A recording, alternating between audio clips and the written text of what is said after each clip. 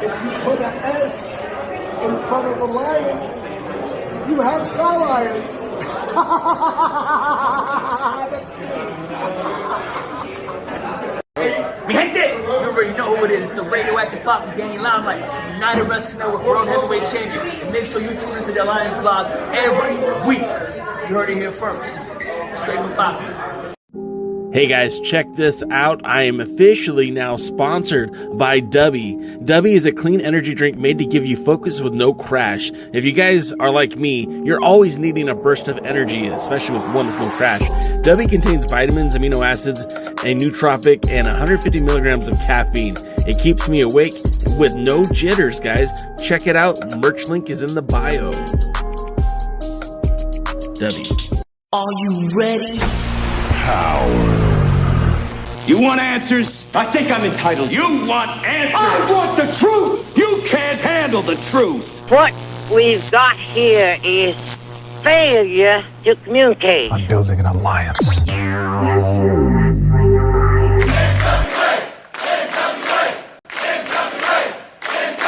God bless the internet. Okay, let's party. It's showtime. It's time for the Alliance Guys podcast with your hosts Kevin Frazier, Jaden, DKM, and J. Cal. What is up, everybody? Welcome to the Alliance Guys live stream right here on YouTube, also on Facebook, also on twitch.tv. DKM, how are you, sir? I am me. How are you? I am good. I dropped my wife at the airport today. She's off on another adventure, so I'm doing the whole dad thing this weekend by myself. And you're right. You're partying. I don't have partying, man. I did that in Philly. You think I get to do that every weekend? Yes. Did I tell you where I'm going to be for Thanksgiving? No. Have you ever heard of the island called Curacao? No. It is not to be confused with Caraco. It is a little island in, I guess it's technically South America, Caribbean kind of thing. And it is an island off the coast of Venezuela that is, like, I guess, owned by the French. So I don't know what Thanksgiving. Watch that now. Why would you go there for Thanksgiving? Because it ain't here, brother. Doesn't sound like they have turkey there. No, you know what they have are capybaras. Yeah, no. I like my Thanksgiving dinner too much. If you were a real American, so would you. I have great news for you. You don't have to worry about coming. I wouldn't have if I was invited. Son of a bitch. We got an extra room just for you, DK. I guess I'm going to have that extra room. The kids will have to have their own room, I guess. Sure, that'll work. Yeah, who should have the separate rooms, the kids or the parents? You know. So for me and my family, we actually my oldest is coming with us, so it's going to be all five of us, and the kids are in one room, and mom and dad are in the other room, and that's exactly how I like it. By one room, you mean like on the other side of the hotel? Maybe. Sean Mega. Okay. I mean, your oldest daughter's old enough now. I mean, she's 20. Exactly. She can legally drink on the island, and I told her she's going to get messed up. We're going to have a drinking contest. You'll lose. No, you want to hear something sad? Maybe it's not sad. Okay.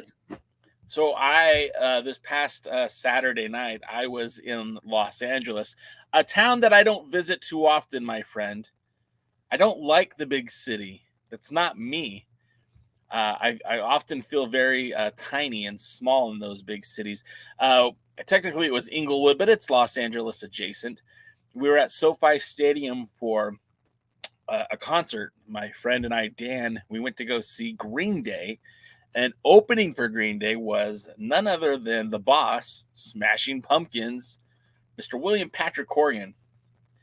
And at a concert, you might have a beverage or two, adult beverage or two. After two, they were big ones, big Modelo's. Your boy Jay was a little bit tipsy, and after the third one, I was drunk. I bet it made the concert better. The concert was so good, and I met do you remember the famous NWA backstage reporter? We don't see her anymore, but they used to call her May Valentine. Do you remember her?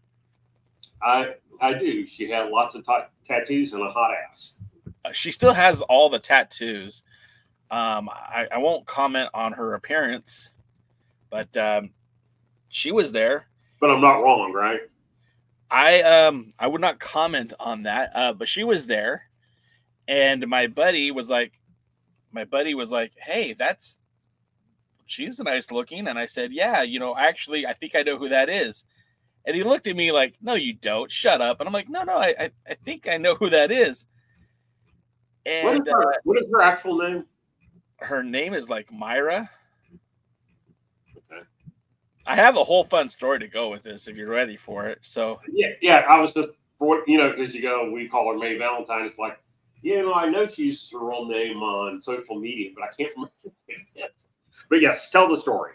So I'm there at the concert, and I'm 3 beers in, which for your boy Jay is a lot these days. I'm feeling drunk, and I go, "Yeah, I know who that is."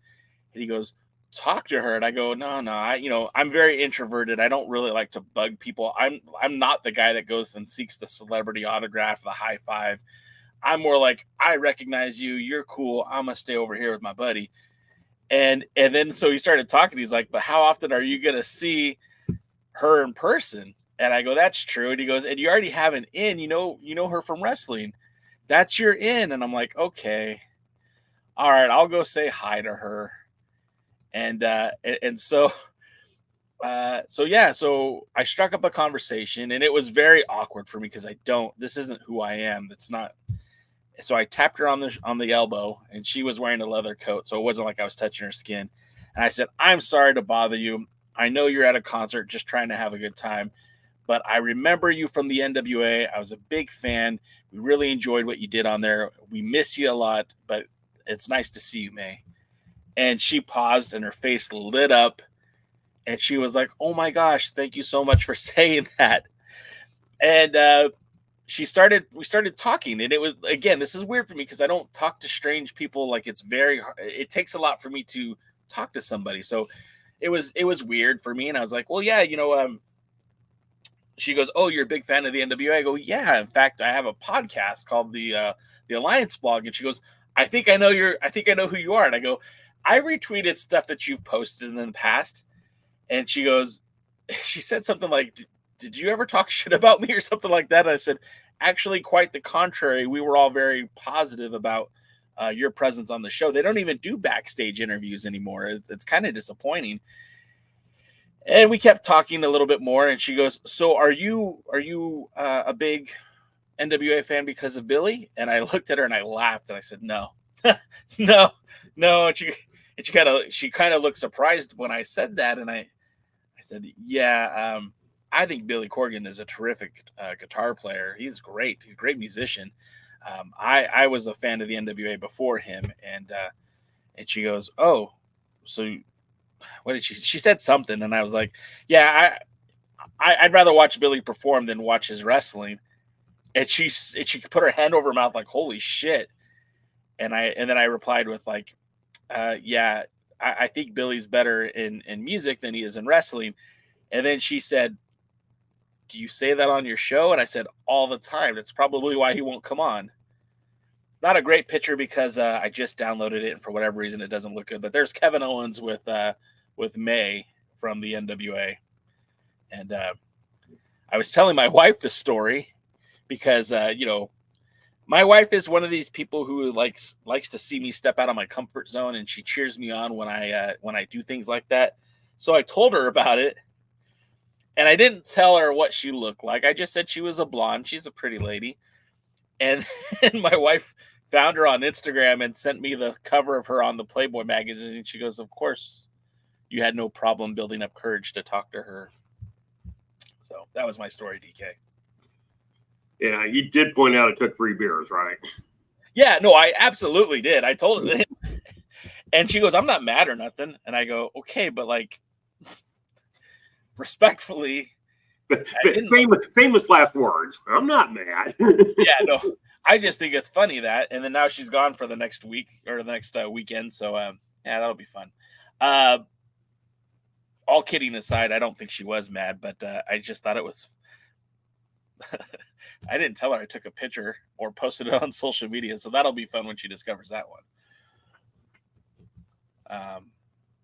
Yeah, so that was my weekend. I was drunk and hitting on May, according to my wife. So, well, all right. I mean, what more could you ask for? You could ask for some things, but you're just not going to get them. And why be upset about something that you're not going to get? So just let it go. Wow. So what else is going on in life? In life, that's a great question. Well, I was at the gym today, and not that anyone cares, but I'm feeling good, looking good. I've lost about 20 pounds this year and hope to lose maybe another 15 to 20 more. My daughter, we're going to cut tonight's show a little bit short because my daughter is at softball practice and I need to go pick her up. So I do apologize, but we are going to end the show a little bit early. Sean Mega says, I heard the UWN is back. And in some ways, the UWN never left. We still have weekly television, although it's stuff from back in the vault. But there is a card that is coming up. They actually have 2 cards that are coming up. Of course, Memphis has been running. Memphis hasn't really stopped running. It wasn't really impacted by what was going on with Dave Marquez. Unfortunately, the money kind of dried up. A lot of the sponsorship deals kind of hit some snags in the road, if you will. But there is an event that is coming up on Tuesday with West Coast Pro Wrestling doing an event they're doing that at the Irvine Improv, which is where they were filming the Championship Wrestling TV show before they moved to the Thunder Studios. They'll be back there. The main event for that card is Jake something and Royce Isaacs. Royce Isaacs, former NWA. Excuse me, not NWA. Well, yeah, he was a former NWA World Tag Team Champion, but he was also more known in the United Wrestling Network for being the Heritage Champion and Television Champion. At one point, actually held both of them at the same time. That event's taking place on Tuesday, and then there's another event in Kentucky with Derby City Wrestling, but I don't have information for that card, unfortunately. Why not? Because I didn't get a chance to post it yet. Well, I'm offended. Okay, well, I do know that the main event for that event is going to feature. I'm stalling to try to find up the it's going to have Lord Crew and Aaron Williams taking on Cash Jackson and Brandon Wolf in what's being called the Derby City Wrestling versus Grindhouse Wrestling. And then also on that card, you're going to see former NWA standout Matty Vice, who was he was part of the Fixers. Kind of, sort of. I think it's 27 for a quarter, so 27 times 2. 54? 64? 27? Sorry for the interruption. 56. 54. 54. Okay, great. And your mom just landed. She's landed safely. I said hi. She's not on the chat. Oh. You can message her on your phone. Right. But can I tell the chat hi? Sure, go look in the camera. Hello. That's you right there. Hello. That's Jaden right there. That's DKM right there. You've now met both of these people. Very true. Very true. All right. Okay, bye, guys. Bye. I waved too, like you could see me. Bye, Dad. So did I. Give me 1 second, guys. I'm gonna put you on mute. I'm just gonna open up my window. My room is very hot. Sean said hi too. Sean Mega said hi. Yeah. So got wow. I'm all kerfluffled over here. The reading and wrist locks Thursday, September 19th. That's tonight. That's happening right now. In fact, it's probably already done. But it had Matt Ice from the Fixers Inc. and or I think that's what they called him, the Fixers Inc. and Lord Crew, who has a few appearances. He works for NWA Exodus Pro a lot. Big Mama. LLC. What's that? Fixers LLC. Thank you. And yeah. So exciting times. Sounds it. Sorry, I'm answering my wife who was blowing up my phone because I didn't respond. That's a nice shirt you got there. Yes, it is. I'm almost alive. Something's still not right. Hold on. We've known you for a long time. We know something's not quite right. Overmetal points out that Richard Holiday returns to Exodus Pro. The feud continues, I guess. But without the world title on the line, what to do? And Overmetal says hello to everybody. That's a good looking shirt you got there. I hate my camera. Oh, this whole thing. This whole thing. I might This buy brand you new one. whole thing. I might buy you one, DK. What? Buy me one what? A new webcam. Well, this one's supposed to be one of the better ones on the planet, and it's giving me all sorts of trouble. It doesn't look bad. It, with the fuzz background, it kind of tweaks you a little bit, but it doesn't look bad. I'll keep an eye on myself on YouTube. If I get too out of sorts, I'll turn it back off. That's fair. And of course, Jaden can never turn his on because, I'm too pretty. The people may turn to stone. So anyway, one more story, and then I'll stop. But my wife, she likes to do like photo books. So when we go on vacation, she'll take the best of the photos and she'll print out a nice little book. And it's kind of cool. It's like a photo album, but smaller, more compact, and it looks kind of classy. So she said, "Hey, I want photos from your wrestling show, like when you met your friends and all that." So, of course, there's photos of, me and Dave Scooby and me and Retro and me and Big Chris Dog and me and Gary Horn and me and Polka Dot Pam. And who am I missing? And, of course, there's me and this guy in a lucha mask who I was led to believe was Jaden, but I'm not even 100% sure it was really him. You do have a picture of you and me without the mask. Yes. Yes. But I didn't put them in the book because I was told that you're not supposed to be put into any kind of publication, the whole FBI warning. I mean, yes, my image is owned by Dangerous to John Wrestling Gladiators. It cannot be used without express written permission by Dr. Lawrence Zirconium and Dog Pro Wrestling. That, and they don't want the FBI to find you. Yeah. Yes. So, I'm part of the witness protection program. I should go to TNA, but right now the more people watch TNA than I think are watching AEW on Saturday night. Oh man, that's been getting rough, and I don't understand it exactly. And why is it fallen from grace? Do you think? Because the wrestling hasn't changed that much. It has, because it's gotten more. The Saturday night show has gotten more throwaway. And honestly, it's what it feels like. It's like, okay, we know the show isn't going to do great, so we don't give it the greatest of stuff. And that's what it really does feel like sometimes.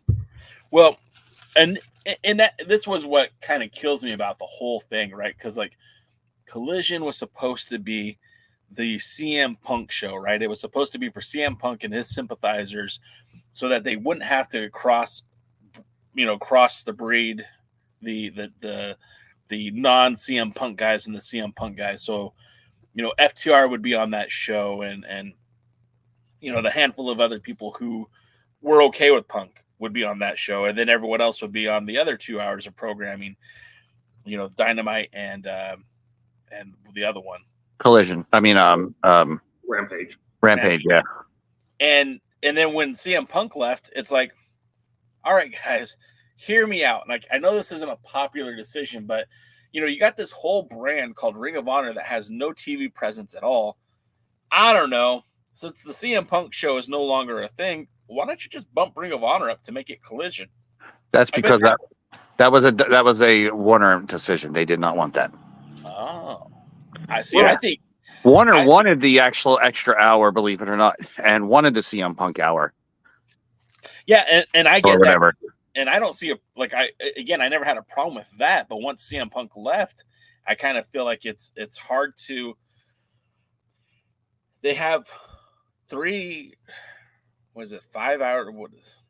There's Collision's an hour, Rampage is an hour, and Dynamite's 2 hours. Is that right? Or am I? Collision's 2.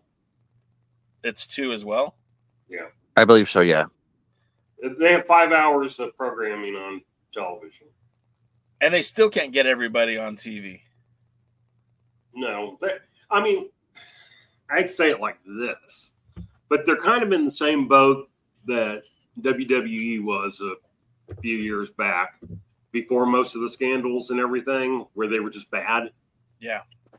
And, they got talent that they don't have creative for, and they don't know how to use, and who are probably just writing out their contracts. And interesting, asking what happened. I was listening to something from Jim Cornette, and they were talking a little bit about, the same thing. What happened? Why they go to hell? And so, one of the things was, of course, when Cody left, because Cody would push more, different aspects. And so they lost that when Cody left. So, they bring CM Punk, who's like the only true U.S. superstar they have or had. And so, they can't work things out with him. And of course, Punk has a reputation of being difficult to work with, but that was known beforehand. So you have to be able to deal with personalities, and you have to be able to, supposedly they want Punk as a veteran there to help, but then they don't like what happens. And so, that didn't work out. Whoever you want to blame, I don't care. Whether it was Punk's fault, whether it was Tony's fault, whether it was a combination of the two, that didn't work out. Okay, well, people who came then to see him left. Their booking doesn't make a lot of sense. It's kind of NWA-ish. Sometimes I'm not sure who's booking which show, Billy or Tony. And is it Tony? Nobody knows. Well, and they've said, I've heard that Tony had basically the first 2 years planned out. He didn't plan out 20 years, but he did plan out 2.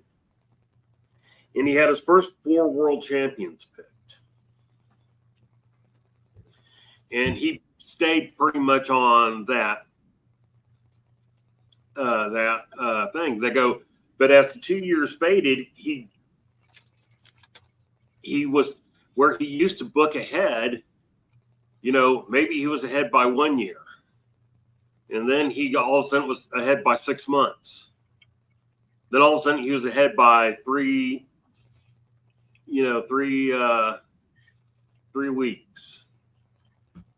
And then all of a sudden he wasn't ahead at all. And it was almost like he was, flying by the seat of his pants. And so, I mean, I don't know. There are people out there that like AEW, and that's fine. It's not anything when I watched it or when I listened to things about it, there was just nothing about it that I particularly liked. Funny, they say it's where the best wrestle or something like that's their slogan. Yeah. And, then they have, people burning down childhood homes and stabbing lips with needles and using syringes that are somehow in a toolbox. So don't know what that person did. He had a syringe in his toolbox. Probably was Moxley's.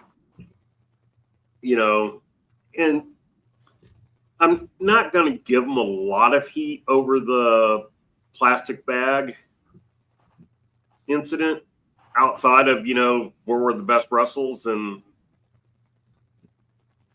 Punk did it with Flair. Practically every territory did story once, putting a bag over somebody's head. So it's an old thing, but people always tell me, well, don't look back to the old days. This is new. This is modern. You have to keep up. Okay, then don't do that. And I once said about Billy, I go, sometimes it felt like Billy took the worst of the old days and the worst of modern wrestling and merged them together. And sometimes I think Tony does the same thing based on what I hear. Again, I don't watch it, so I can't really say too much about whether it's good or bad, but nothing I hear makes me want to see it. And who is it on Discord?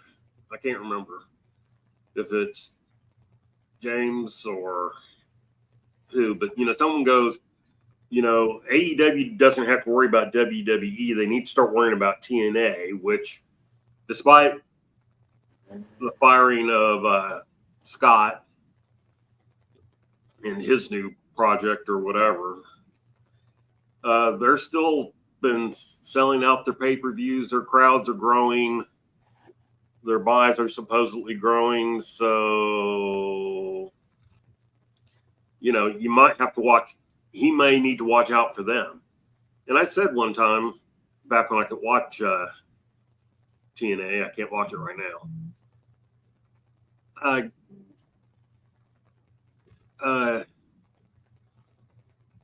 That, I still wasn't the biggest fan of the work that they were putting out, but I did think it was better than anything I had seen from AEW. So, look, there are chances out there for smaller promotions to grab an audience if they can book. And, right now, I'm totally disinterested in MLW. Haven't liked their booking, and it's gotten worse since Hammerstone and Jacob Fatu left. AEW's booking sucks. NWA's booking sucks. The only thing that's hot right now is WWE, and I would even argue that WWE is only hot in about 2 or 3 areas, but it's enough to make up for anything else.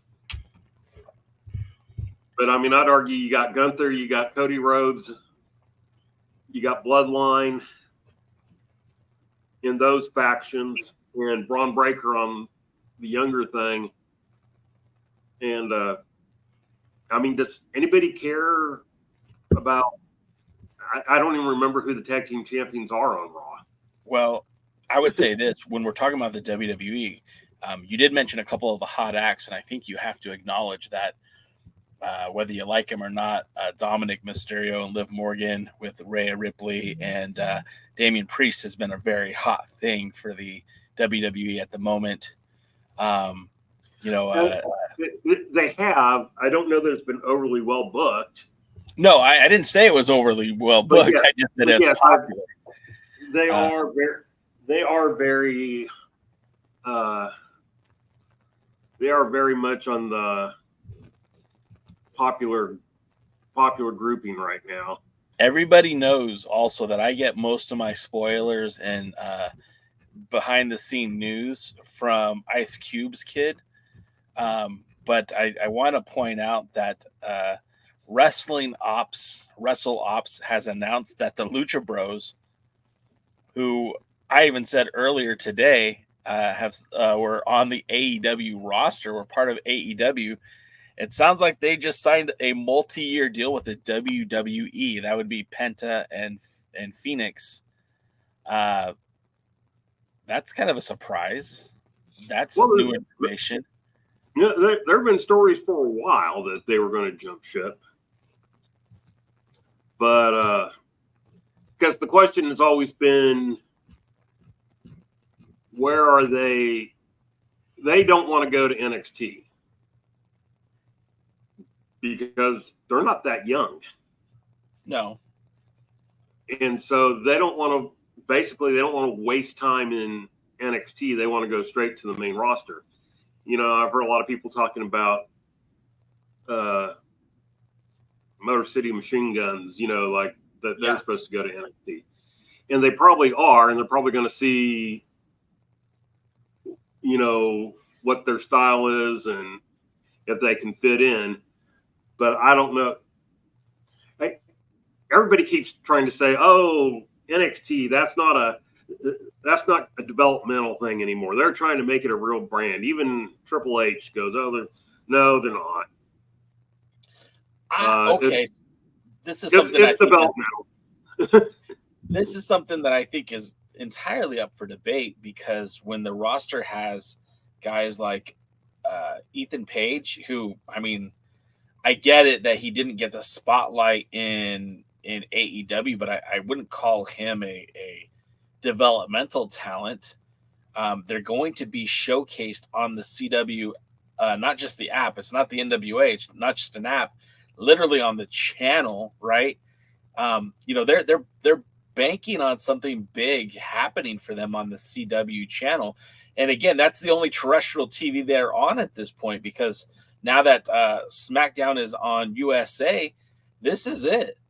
And they're putting a lot of stock in the fact that you're going to fall in love with these young men and women, but there are a lot of talent on that roster that aren't young men and women.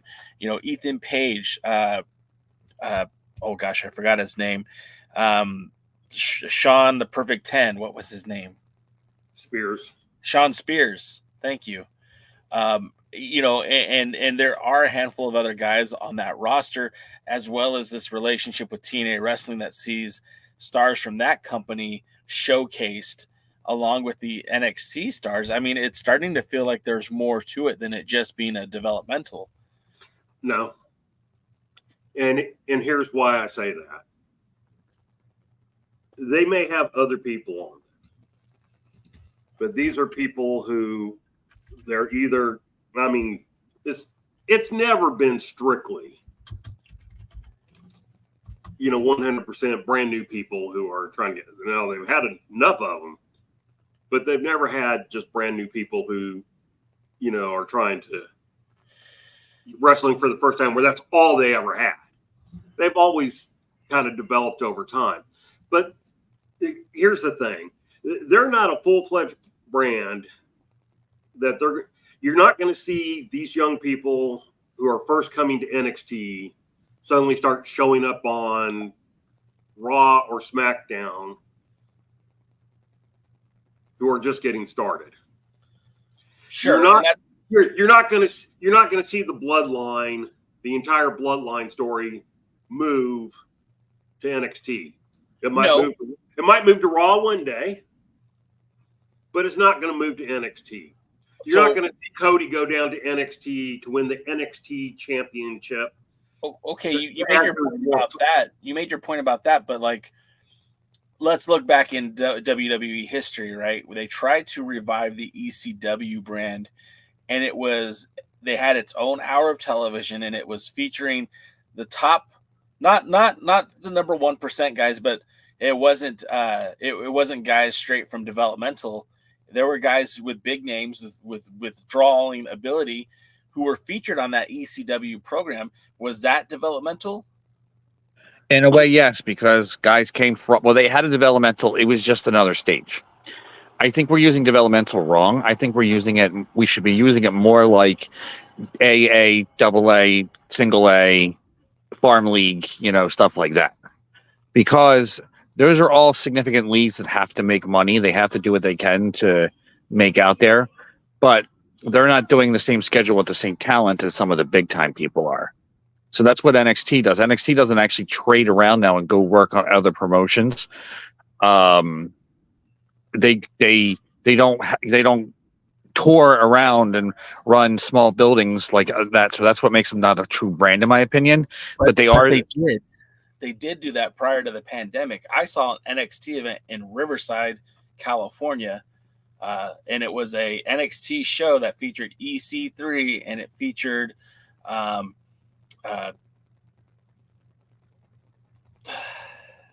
Otis and his tag team partner, and it featured Otis and his tag team partners, Tucker, started down there. Yeah, but that's what I'm saying. But that's the point I'm making. They were running in these buildings with lesser known talents as a separate brand. They were running in towns, and it wasn't just they did it one time. They were in Riverside like 3 times in a 2-year span, and they were running other smaller venues. It wasn't until after the pandemic that they went back to Full Sail University or wherever the developmental center is now and started airing directly from there. But like when it goes live on the CW app, I keep saying app. When it goes live on CW, it's going to be from Chicago. And then the next week, it's going to be in St. Louis, where it is being treated more like its own vessel, not like an hour that you filmed after Raw or before Raw, not an hour after Nitro, after SmackDown. It's going to be filmed by itself in these locations that are not the Performance Center. So they've mostly always performed after themselves, but here's the difference back then too. Back then they had more stars to work with. They had basically the guys that are working in AEW right now. A lot of the guys that were there running then were either in WWE now or are in AEW now, and they made names before they got to NXT. But now a lot of those guys, there is a lot less talent would be considered major draws and indie draws in NXT than in before. They have to rely. That's why Punk's there, because they still have to rely on the main talent. If they could rely without having the main roster talent and survive and do well and thrive, then I think that we consider them a brand more. Go ahead, DJ. I think we also have to watch. I'm going to go with Jaden's theory. When I'm saying developmental, I mean they're trying to develop people for the main roster. And you can bring in veterans. They had a lot of hot indies and ROH people that came in, Adam Cole and the Undisputed Era and some of those. And we go, oh, well, EC3. Well, okay. Being a big star in TNA didn't mean you were a big star in wrestling. Sure. Being a big star in ROH did not mean you were a big star in wrestling, as far as the WWE audience is concerned. And, and you see some of it, like they signed Jade, and Jade has the look, and she has the charisma, and she has the personality. And they brought her in, and then they kind of watched her at the Performance Center, and they said, shit.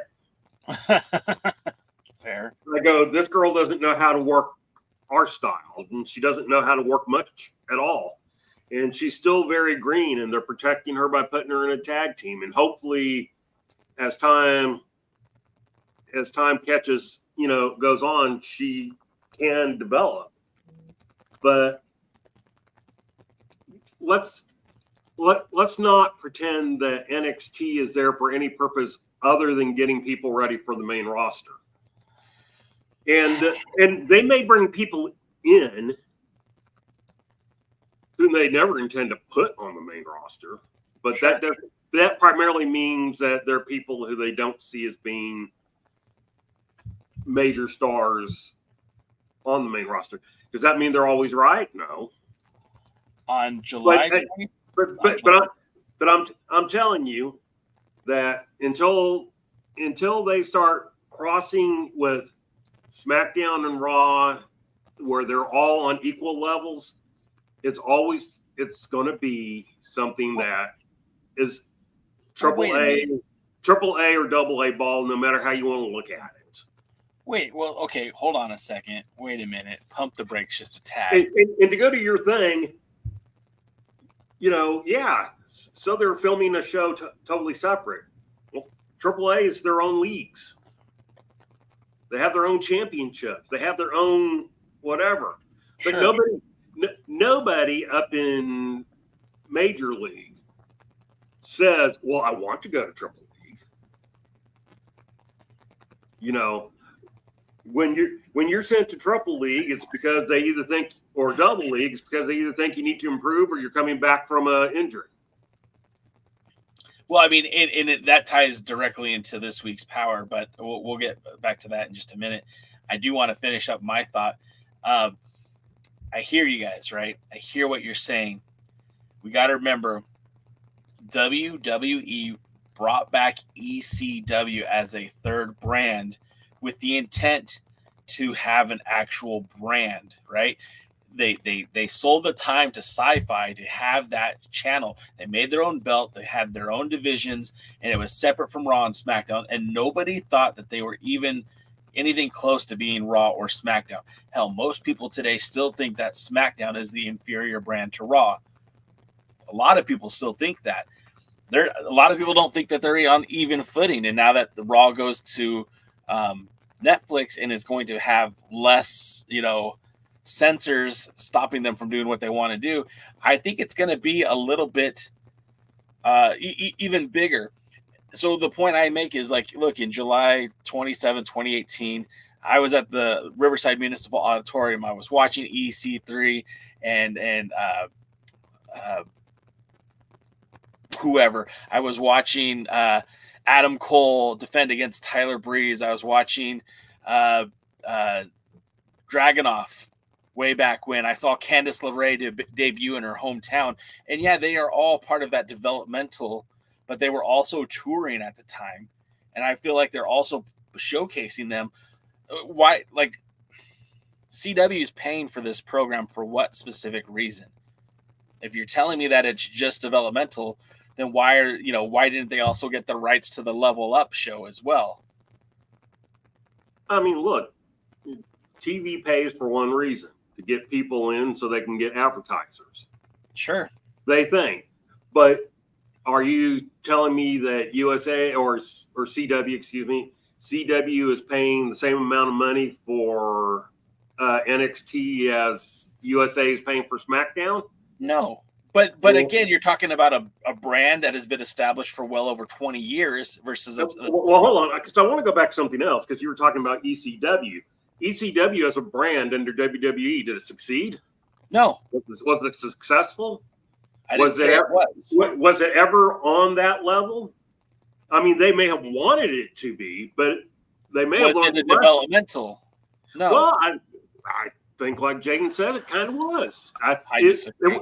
It was a step. Well, you can disagree. I mean, as I always tell Kevin, you have the right to be wrong. I do think it ended up being developmental because while there were ECW wrestlers, there was also your Kevin Thorns and your Ariels and your Burchills and your Katie Lee Burchill and your CM Punks and your revamped what was his name? John Morrison.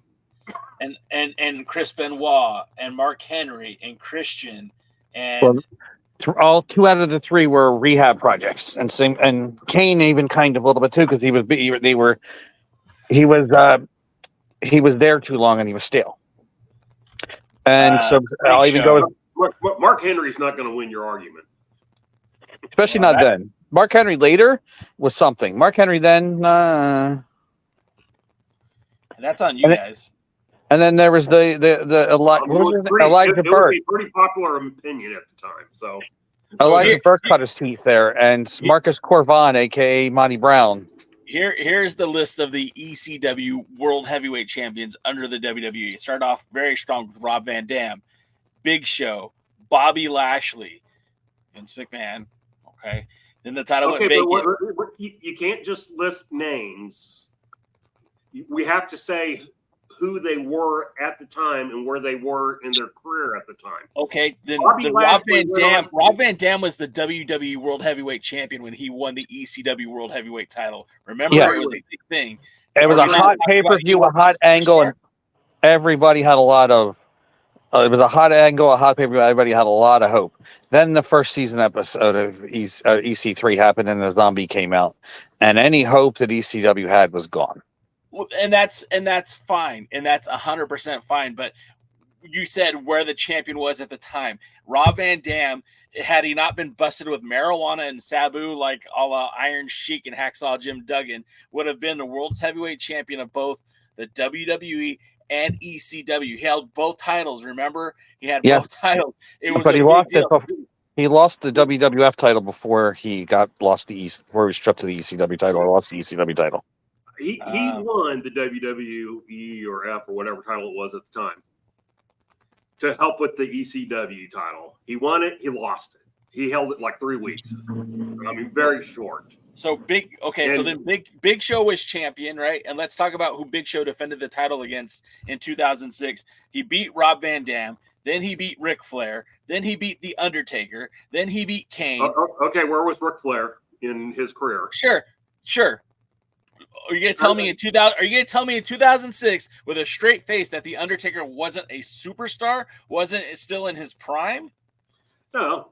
And prime, no. Superstar, yes. Was he not a top draw? Yes, he was at the time. Yes. But I don't know what the show was. It was an episode of ECW on the Sci-Fi Network. Was it? A plain episode?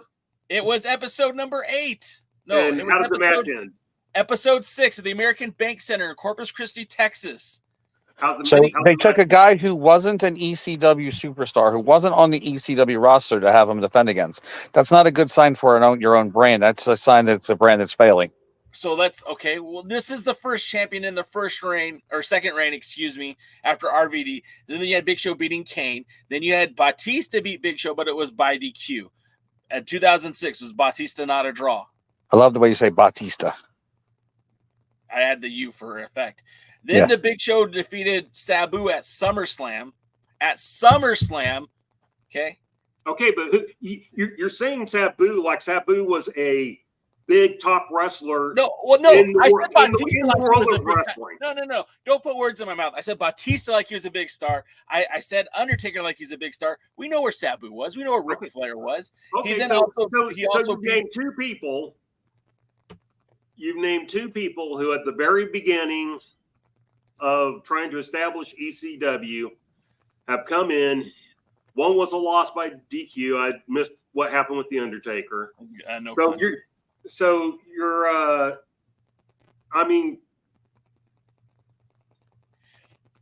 Okay, are we arguing the booking of the world title, or are we arguing that they were trying to make this brand successful? Because that's my point. They were trying to make the brand successful.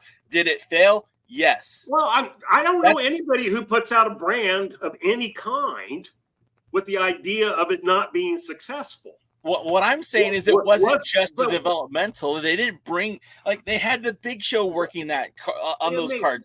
Now, if that's a rehab champion, that's fine. Then they had Bobby Lashley. That was a guy who they were very high on, right? Very high on Bobby Lashley. They did the whole Vince McMahon thing. Bobby Lashley got the title again. John Morrison, at that point, he wasn't a developmental guy. He was a guy that they were, trying to build something upon. He lost to CM Punk, who again was a guy who was hot, who was gaining momentum in the WWE. Then from him it went to Chavo Guerrero. Wasn't a star yet, was he? That's questionable. You're gonna tell me he wasn't a star in WWE at that time? No, he was working matches with Shawn Michaels and Shawn Michaels and Triple H. Yeah, because they were doing the triple brand thing. That's when brands crossed over so much that brands didn't mean shit. So there was constantly brands doing everything on there. I mean, yes, I don't agree that it started off as a brand. I don't disagree that it started off as a brand. I still think at the same time it was a developmental. The idea was it was the third brand. It was the jacked and the metal of brands that was there to, I mean, they used some big names because they thought they could get something out of it. When they realized quickly that it weren't going to, only thing was there was rehab projects and new stars that they were trying to get into exposure. Well, I mean, let's drop the word brand, because everything, I mean, Florida Championship Wrestling or Championship Wrestling from Florida, whatever they called it, that was a brand. Sure. Ohio Valley was a brand. I mean, every wrestling show that they were semi-separate on was a brand in and of itself. I mean, at the time, Raw was the undisputed #1, SmackDown was the #2, and EC3 was, or not EC3, ECW was something they were trying to get off the ground and hope to bring in those niche fans and cater to both the niche fans and cater to their casual fans, which just wasn't going to work. And so did they start with it trying to go, yeah, we want to develop this into something? Well, probably. Did it stay that way? Probably not very long. And I never watched ECW at that time. I wasn't watching WWE at the time. Well, then what the hell are you arguing with me for? You weren't even watching it. Because I have listened to others that I've talked about. I watched it, and I felt like it was a good. Okay. Look, the fact that you watched it means you may have a bias. The fact that I watched it means that I actually digested the product where you didn't. You're discussing someone else's opinion where I had firsthand experience with it. I love when mom and dad fight. That happens every day about everything. Well, sure, but then what weight does yours carry? You're expressing the opinion of someone else's opinion, where I'm expressing the opinion of someone who was watching it. Because I'm expressing the opinion of places like PW Insider, places like Wrestle Talk, places like almost all the top wrestling news sites. So I mean, don't you? Just me. I mean, this was an actual opinion. Jaden, did you watch it at the time? I did watch it. Wait. Let me say one more thing, and then I will. Okay, well, then you guys talk about it. I'll be back. Siskel and Ebert, right, talk about movies all the time, and I'd never once listened to their opinion on a movie. If I wanted to see it, I'd go see it, and if I didn't like it, then I would say, well, that movie sucked. And if I watched it and it was great, and I'd be like, well, what the hell are these guys talking about? No, actually, I listened to them. I didn't always agree with them, but I listened to them. Sure. And I'm not saying that you don't have a voice to speak on, but like, I don't know. I watched it. I enjoyed it. Was it ECW? Absolutely not. Was it a watered down version trying to capitalize on the fame that ECW had? Yeah. Well, hold on. But what we're discussing is whether it was a good show or not.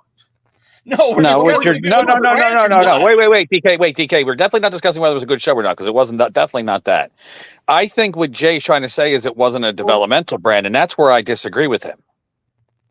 And okay, and like that we could discuss that. And I don't even know if it was developmental. What my argument it was 100%, and I'll talk about that, and I'll tell you why that's that way. Argue about whether it was developmental or not. My thing is NXT is. And that NXT is not changing from a developmental. Rosville was 1,000,000,000% developmental. I'll tell you why. Do you consider Macho Man Randy Savage a good, big, huge star? Yes. 100%. Do you consider Owen Hart a big star? Less. Did you consider Coco Beware a well-known name? A well-known name? Yeah. Yeah. Yes. Did you consider Papa Shango and The Undertaker and trying to think of other people that were there was a lot of other people that I can't think of at the moment, but Razor Ramon, Tatanka, Doink the Clown, Jeff Jarrett. And guess what? They were all part of the USWA. USWA was a brand, but USWA started working with the WWE as a developmental program. Their object, that's why the USWA started working. Same thing with Smoky Mountain. Smoky Mountain was started off as a brand, but they started working with the WWE as a developmental program to build stars and to have stars that were not currently doing something to go down, and stars that weren't currently working and didn't have enough experience and weren't on the road to go work there, and ones who needed experience to go learn in a territory, to go learn on television, to get out there to get themselves exposure, to build themselves up. And that's exactly why the WWE started working with those two brands, is to develop talent. Yes, they sent a whole lot of huge wrestling stars down there, like The Undertaker, like Tatanka, like Razor Ramon, like Shawn Michaels, but they still were huge. That was the object, was to build fresh talent, because they ruined the territory system and they had to get talent somewhere. But they had Ohio Valley and years later, after you no bullshit. Look it up. Bullshit. Ohio Valley Wrestling was years after USWA and MCW. No, that we agree with. That we're fine with. I'm saying that in 2006, wrestlers were at ECW. Some of them, were spending time in Ohio Valley. That was their development, was Ohio Valley. They were putting people from Ohio Valley that they were developing, like Seth Skyfire, like Kevin Thorne, like CM Punk, like Deuce and Domino, like all those guys, The Miz. All those guys were getting their development in Ohio Valley. They were applying their craft in ECW. And that's where it's not a development, because Ohio Valley was the development. They were being tested on a stage, on a platform where people were paying money, right? They were getting paid from Sci-Fi to air that show. It wasn't a development where they were paying somebody else to produce this talent. They were taking those produced talents that they were securing from Ohio Valley and placing them in ECW. That's why it's not developmental. Were they still new? Sure. Were they still a little wet behind the ear? Absolutely. But that doesn't mean that it was a developmental league. That's what Ohio Valley was for. That's where they were in Ohio Valley for. The NHL has the AHL. They have the ECHL. They have the OCHL. The AHL has a television network. Pay to have them broadcast. They pay the AHL to broadcast those games. There is a television network, again, paid. They have their own rosters. They have their own championship. They have their own league. They have their own games. And yet then sometimes NHL talent goes up and sometimes NHL talent goes down. But that's because it's a developmental brand. It's just another league of development. Until the big leagues were the Raw and SmackDown. Anything else was the minor leagues. The minor leagues will always be, no matter who owns it, the minor leagues will always be a developmental brand. I'll say that. I'll say this, and this is going to be my last argument on this, because I'm still trying to take care of some things here. Sure. But when Bobby Lashley won the WWE World Championship, they made an issue out of that was his first world title. They didn't count his ECW World Championship. Who's they? WWE. They said it was Bobby Lashley's first world title. They'll call the old gold belt that was run around with, or the WCW titles or whatever, but they won't call any of the former ECW champions their own or prior former world champions. So that's my last statement on this, and I'll be back in a bit. Yeah, and if you're going to call a world title, make sure your own brand and not a developmental. There's 7,211 freaking world titles in New Jersey alone, and half of them are replica belts, and the other half are shittier than that. Speaking of replica belts, if you need a belt for your fantasy football team, fantasy baseball team, your bowling league, I highly suggest checking out Trophy Smack. They are a sponsor of the show, and we love them. They designed my fantasy baseball belt that I had for 1 year, and I certainly didn't win it this year, maybe next year. But they're also going to design the Alliance blog belt, or the Alliance belt, I guess is what we should call it, the TAB vernacular. And at some point, it's going to be finished, and it'll probably be right here up on the wall. Probably have to take down the banner because it's getting a little dated. And yeah, I'm looking forward to that. The Alliance and Trophy Smack partnership made in heaven, and you get I don't know if you get a percentage off your deal, but if you get a belt made, I get a percentage off of that. So thanks, guys. Isn't it true that also you got a slight partnership with LA Fitness? we're working on that. We're working on there's going to be some more. I got to get more information, and I want to be able to speak to it in a way that I can confidently speak about it, because there's a lot that I don't know about it. But as soon as I know it and I can speak to it from a very good standpoint, then we will have links here on the show as well as on the website about how you guys can get your own membership to an LA Fitness through the Alliance. But to go back to the subject, because I won't be allowed as DK. I don't need to be allowed as, the only reason I'm allowed is because I have to talk louder than DK. But the object is they send talent down to NXT. They sent talent down to ECW to rework their gimmick, just like you send talent down to AAA to get your arm back or to get your confidence back or to get yourself back from an injury. They did that too on those companies too sometimes. And look, I'll say this. With all of this coming to a head here, at one point, SmackDown was considered the young man's brand, right? Like that's where the younger guys were at, where the more established superstars were working Monday nights. And, the times change. Had ECW been successful, we would be talking about it differently. Obviously, it wasn't. NXT has been a slow burn. It's been around for 13 years now. Now, this is the first time it's going to be made available to a much larger market. Yes, it's been on the USA channel, but I feel like you have an opportunity to be seen by more eyeballs being on a terrestrial channel. All you need is an antenna. You don't need to pay for cable. It's not behind any kind of pay window. You just have to have an HD ready TV with an HD antenna. Simple. And give it time. It could definitely become its own separate entity. But yeah, to your point, to DK's point, yeah, it started off as a developmental, and it still is a developmental in some regards.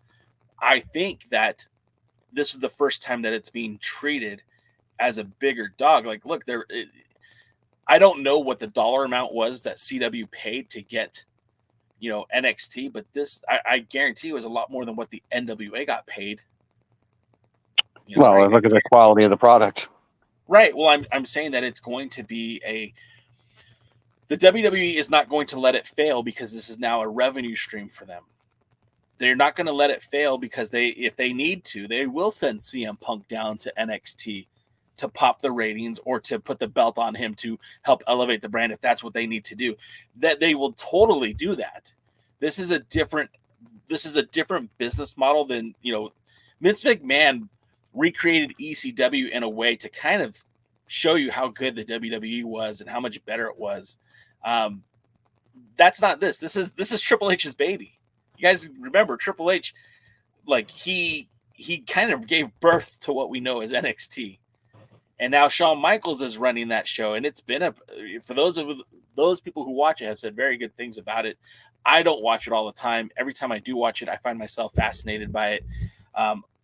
If Over Metal just said, oh, Lucha Bros and Motor City Machine Guns, it doesn't matter to me who they bring on there. I don't think of it as a developmental in a sense that, only talent that's going to be on that show are developmental. No, they're looking to succeed.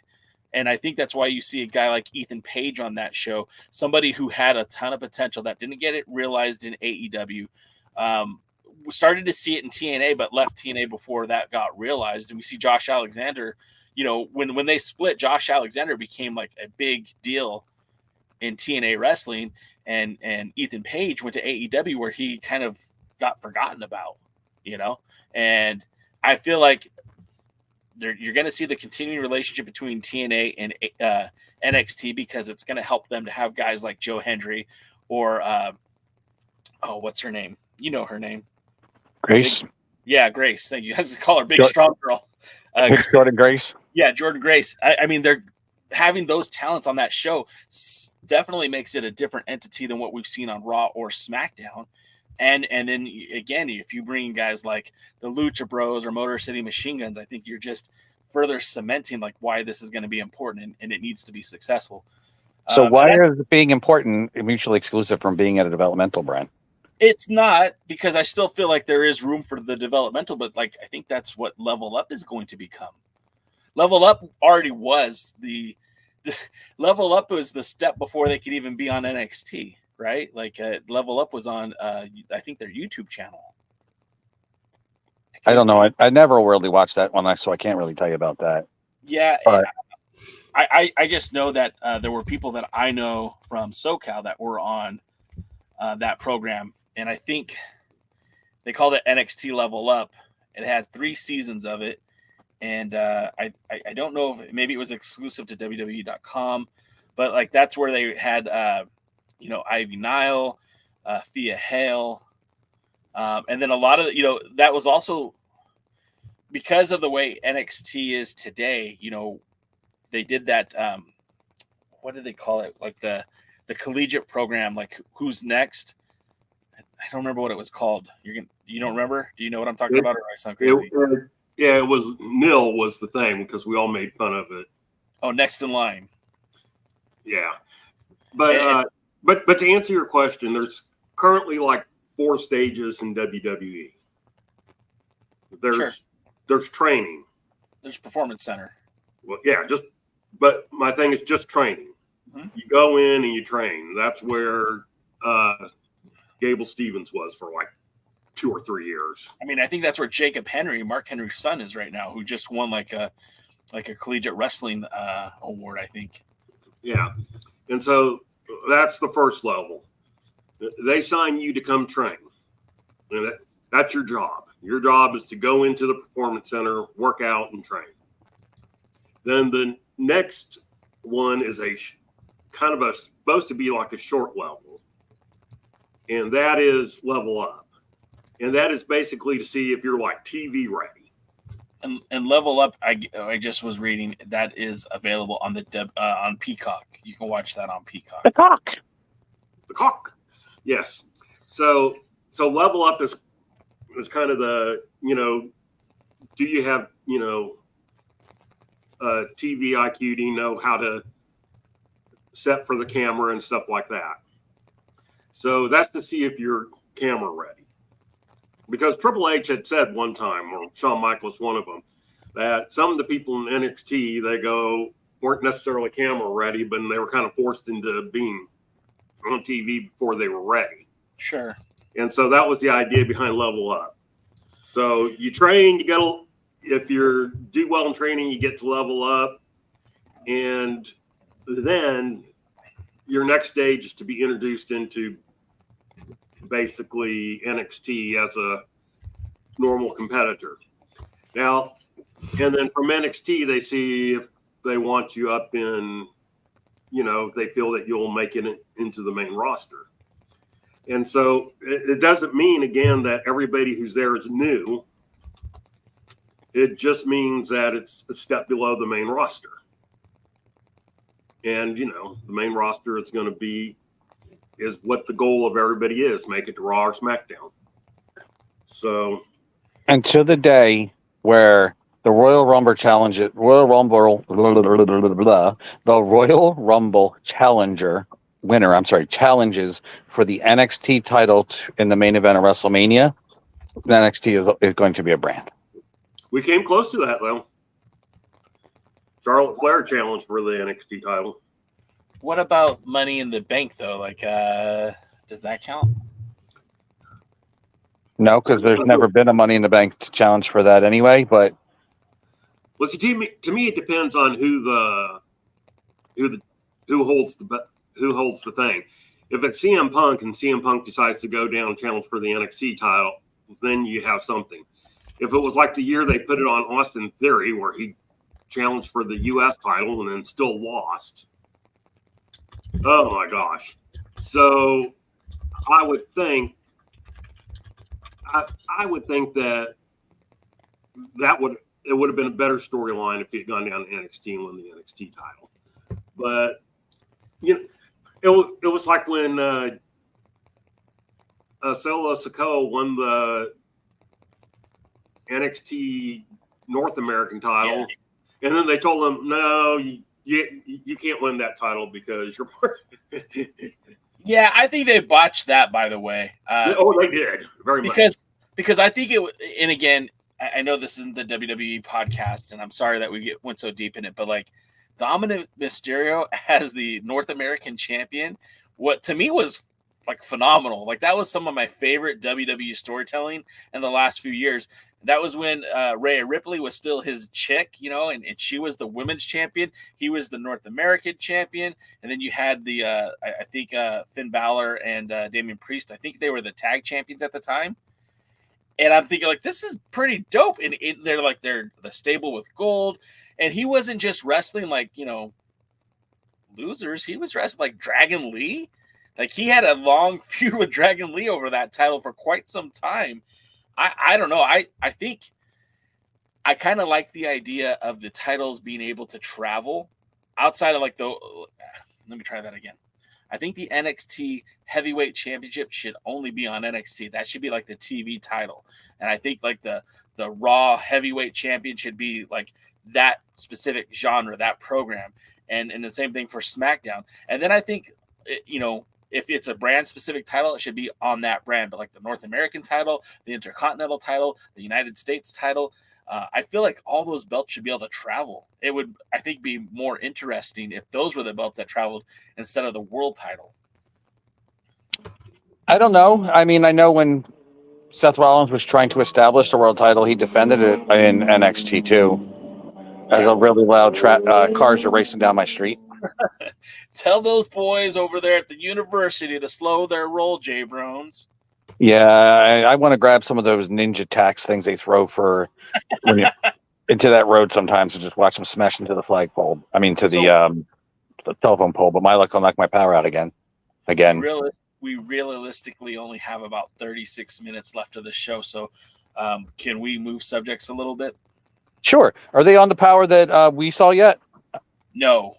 I think we got 2 more weeks of the territories, I think. Okay.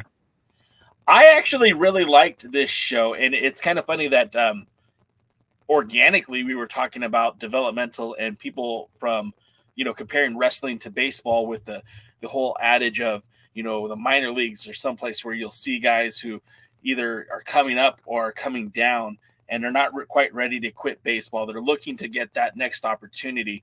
And man, I was reading in the Discord about some of the people who were dissatisfied with this episode of the Power, but I actually thought it was really good, and I think I liked it more than DKM. I know I liked it more than DKM did for that very reason, because I felt like we got a very weird mix and kind of some insight into what the future of the NWA looks like, because not only did we see the tag team, the Stu Crew. We got to see the Joe Kazana promotion tag team champions, the Stu Crew. We got to see the Exodus Pro Midwestern champion. Let's just call him Exodus Pro champion to make it easy. JP Smooth in his 8 head. Yeah. By the way, JB or PB Smooth. Did I call him JP? PB Smooth? Yeah, PB Smooth. A blind sniper couldn't miss his head. That guy looks like he's got a thumb for a forehead. You know, we got to see some things that we hadn't seen before. And then the Crossfire champion was Juventud Guerrera, a guy who's been wrestling for like 30 plus years, right? And he wasn't bad. Like, was he great? Was he Juventud in his prime? No. But I would be totally okay with seeing Juventud having a more reoccurring role on Power. And like, as I was watching everyone in those matches, and I kept thinking, like, I could see PB Smooth being a regular on Power.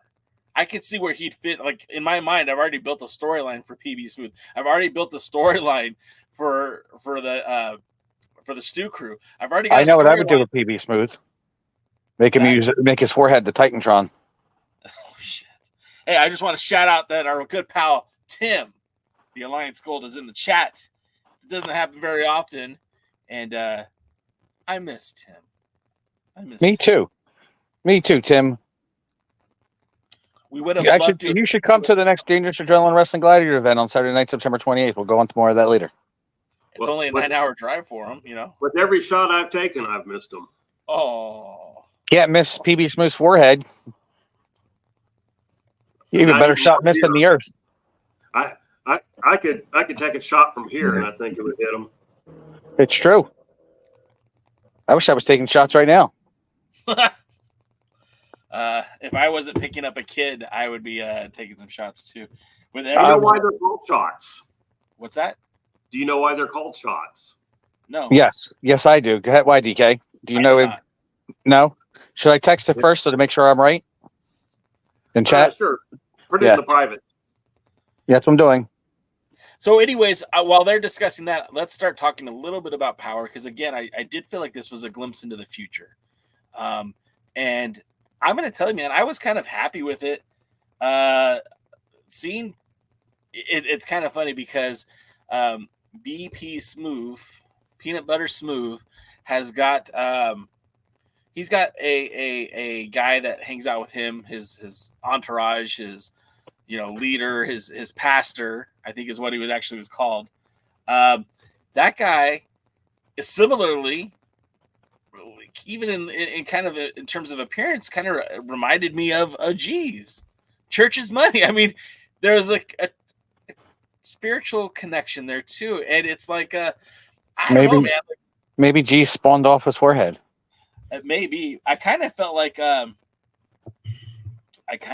they were going to work out an agreement there. And the other thing I kept thinking is, man, could you imagine if there was a stable in the NWA with Black G's? Because that's something that they've gotten away from, is the stables. Like right after the Hard Times pay-per-view that DK and I went to, you were sitting there looking at the ring and you had Austin Idol Sports Management in the ring, and they had all the belts. You had Jordan Clearwater with the television title, you had Scion with the national title, and you had Tyrus with the World's Heavyweight Championship. And it was a boss looking moment. It was so cool. And I'm not saying that those guys are the Horsemen. Please don't confuse that for this.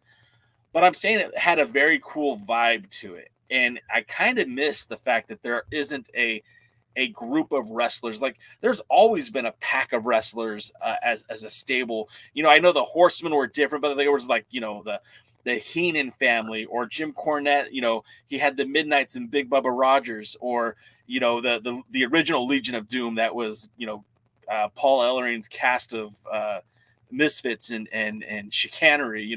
There was always a group, and I felt like watching this week's episode, if Black G's was given a group, I could see Mims being the head of that group and Smooth being his heater. Being his forehead of the group.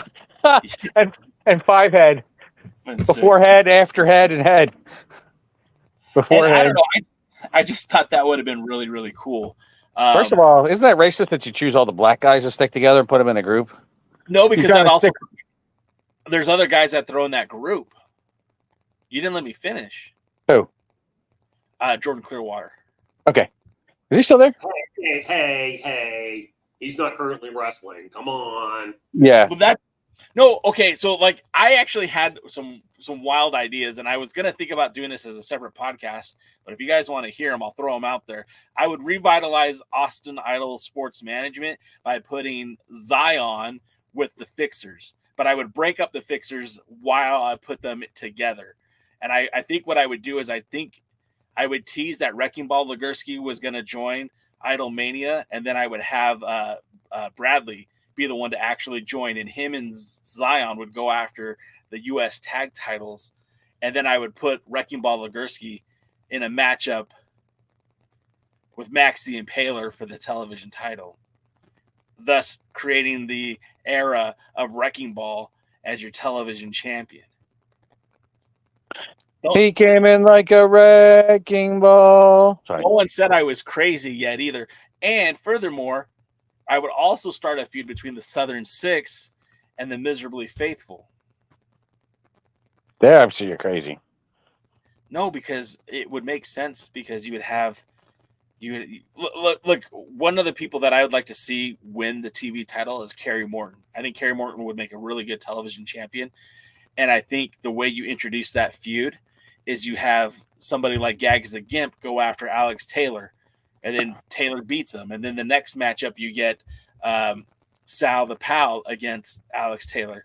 Then Alex Taylor beats them, but then with help from the Southern Six. And then that brings out Max the Impaler. And then you've got, Silas and Kerry, and then you get like this 3-on-3 matchup, and maybe you put the titles on the line, and that's a way to effectively take the title off Max without actually having Max have to lose. Yeah, that's kills your lineage and your any more little teeny tiny predator seeds the title had left. Okay, but like, well, let me tell you the bigger problem with that. He wanted Max to lose the title to Legursky earlier, but it's all fluid. No one's listening to me anyways. The biggest problem with your idea is Gags the Gimp comes back. Yes, that's the biggest problem with your idea. And I do want to point out, since Jay said this earlier, I did not dislike this week's episode of Power. No, I didn't say you disliked it. I said I liked it more. I think that the 3 matches that I liked last week were better than the matches from this week. But all the matches from this week were decent and certainly much better than the garbage match from last week. Can I also say one more thing about this? And we talk about Billy's bad booking, but I felt like the booking this week kind of made sense. I would not disagree with that. it was a Joe Kazana promotion show, wasn't it? It wasn't really or it was more of a territory show. It wasn't a Billy Corgan show. It was a territory show, but I Billy was there, and we'll just start off. Let's go through the show real quick in the next 15 minutes. First off, you had the matchup. What was the match that started off the show? See, it was so good you can't remember it. No, I'm sorry, it's been a long day. I think the first match of the show was PB Smooth and Mims. So let's just go with that. So you had Smooth, who again representing Exodus Pro. You got Mims as a guy who's desperately in need of some positive momentum. Now this was a title match. The title was on the line, and PB Smooth got in a lot of offense. There was a lot of the match storytelling was big, strong Mims trying to match power for power with Smooth, they were billing as 7 foot. I don't know if he's that big, but he is a big guy. And I mean, he's not as big as somebody like the Big Show in terms of that size and strength, but he does have height. I mean, he definitely is a tall gentleman. He definitely could benefit from spending a little bit more time in the gym as well. But I mean, he's big enough to make him believable in a match against Mims, where Mims struggled to get him up. There was a couple times where Mims got a pop for lifting up Smooth, and I think that created a problem because you had again Smooth, who wasn't well known in that audience, and he was more or less treated as a heel. But then you also had Mims, who in that audience is a known heel. And you had the two heels clashing for a title. And it got to a point where Mims wasn't getting the job done. And they ended up fighting onto the outside of the ring. And Mims kind of gave up. They counted him out. And you could see he was constantly getting frustrated by not being able to manhandle Smooth like he has so many other opponents. Like, Mims is a strong dude. I mean, that's in his name, big, strong Mims. He throws guys around. He couldn't throw around Smooth, and he got frustrated on the outside. And at one point, he even, I thought he threw a towel into the ring. It might have been a bottle or something. And they rang the bell, called it a count out, and Smooth got the victory. And then afterwards, Mims went and attacked him. And I felt like that was a good way to go because Mims didn't lose because he got pinned. Mims lost because he lost focus. So because he's stupid. Sure, but again, he's still working with G's, right? And G's is supposed to be leading him on that path. So his first big match with G's in his corner, and he lost and looked like an idiot. I don't think he looked like an idiot. I think he got frustrated by a big man. And I think it would have been a hell of a lot worse if he got pinned. And I think it would have been much, much worse for Smooth if he lost the title to Mims on a whim. So I feel like say that again. Mims on a whim. Is that like Elf on a Shelf? Yeah, sure is. And so I felt like that was a good way to tell a story. Now, DK, you watched the match. Tell me, what did you think? I thought it was a good match. I thought, okay to good. There was nothing particularly that stuck out to me as being, oh wow, Yeah. And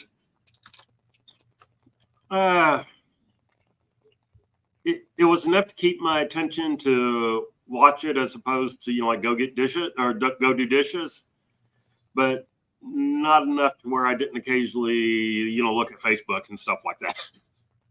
So, yeah, I mean, it was a decent little match. Mims got some of his heat back, at the end after the match, which is an interesting question we'll have for you once we get through the results. So let's move through to the next one. So then the next match was, I think it was the women's tag team match, which I felt was peculiar, unusually early.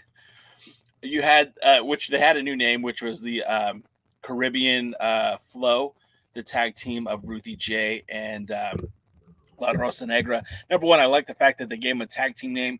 Hopefully that means they stick together as a tag team a little bit longer.